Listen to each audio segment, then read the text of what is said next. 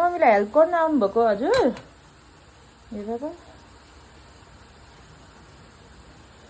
Nutty छोरा त नि मम्मीलाई हेल्प गर्न आउनुभएको यता हेर्नुहोस् त मम्मीलाई छि छि छि छि छि छि छि छि बेहोरा त नि मेरो छोराको चाहिँ बेहोरा त नराम्रो पो छ त के त हेर्नुहोस् त अनि भाडा मार्नु भन्छ एकछिन चियरमा चली भाडा मार्नु भन्छ मेरो सानो मायालो नट्टी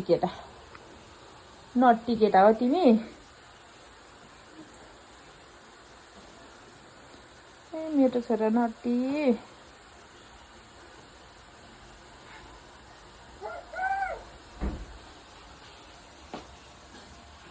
आमा यहाँ हेर्नु त ऊ मुख पनि धो मुख पनि पुस्नु